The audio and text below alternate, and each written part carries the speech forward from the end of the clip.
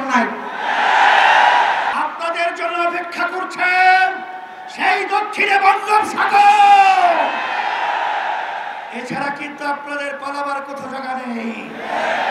জুলাই সনদ বাস্তবায়নে আদেশ জারি ও নভেম্বরেই গণভোট আয়োজন সহ ৫ দফা দাবিতে জামায়াতে ইসলামী, ইসলামী আন্দোলন বাংলাদেশ সহ ৮টি সমমনা দলের এই মহাসমাবেশ। সমাবেশ উপলক্ষে বিপুল সংখ্যক নেতাকর্মী এসেছেন ঢাকা ও দেশের বিভিন্ন এলাকা থেকে। ১১ নভেম্বর দুপুরে আয়োজিত এই সমাবেশে প্রধান অতিথির বক্তব্যে জামায়াতে ইসলামীর আমির বলেন, জুলাই বিপ্লবের আইনি ভিত্তি দিয়ে নির্বাচনের আয়োজন করতে হবে। ১ নম্বর দাবি হচ্ছে জুলাই বিপ্লবকে স্বীকৃতি দিতে হবে। যারা জুলাই বিপ্লব মানবেন না তাদের জন্য ২৬ সালে কোনো নির্বাচন নাই। ২৬-এর নির্বাচন দেখতে হলে আগে জুলাই বিপ্লবের স্বীকৃতি লাগবে।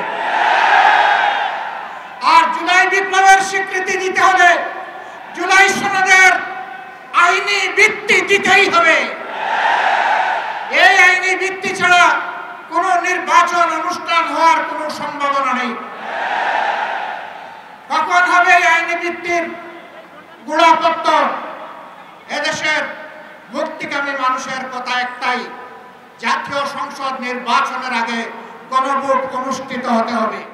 এই ৮টি দল রোজার আগে ফেব্রুয়ারি মাসে ত্রয়োদশ জাতীয় সংসদ নির্বাচন চায় বলে জানান জামায়াতের আমির। তিনি প্রশ্ন রাখেন, গণভোটের বিষয়ে সব দল একমত হওয়া সত্ত্বেও নির্বাচনের তারিখ নিয়ে এত মতভিন্নতা কেন?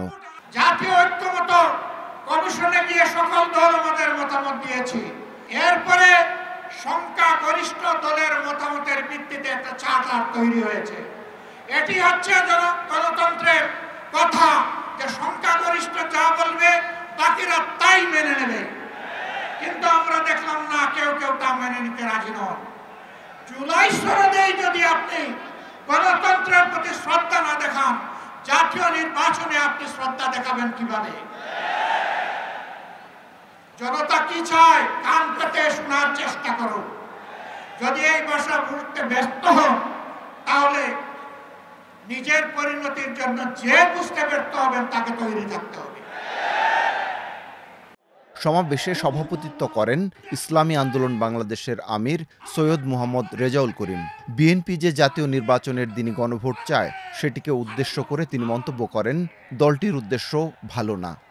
নব্য যারা ফ্যাসিস্ট হওয়ার চিন্তা করছেন, যারা গণভোট নিয়ে নির্বাচনের আগে যাওয়ার ব্যাপারে তালবাহারা করছেন, আমি তাদেরকে উদ্দেশ্য করে বলতে চাই, আজকে বাংলাদেশের ছাত্র জনতা, সর্বশ্রেণীর মানুষ আজকে জুলাই ভিত্তিক আইনি সর্বপ্রথম চায়, তারপর জাতীয় নির্বাচন চায়।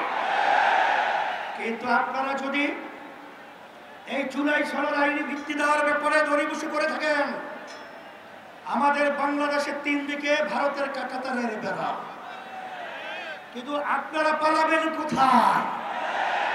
আপনাদের জন্য অপেক্ষা করছেন সেই দক্ষিণে বঙ্গোপসাগর। এছাড়া কিন্তু আপনাদের পালাবার কোথাও জায়গা নেই। শুধু একটা দল বিএনপি, তারা ভোট চায় কখন?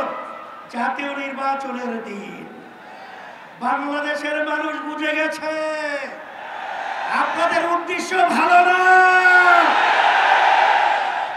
সমাবেশে খেলাফত মজলিস, বাংলাদেশ খেলাফত মজলিস, নেজামে ইসলাম পার্টি, বাংলাদেশ খেলাফত আন্দোলন, জাতীয় গণতান্ত্রিক পার্টি ও বাংলাদেশ ডেভেলপমেন্ট পার্টির নেতারা বক্তব্য রাখেন।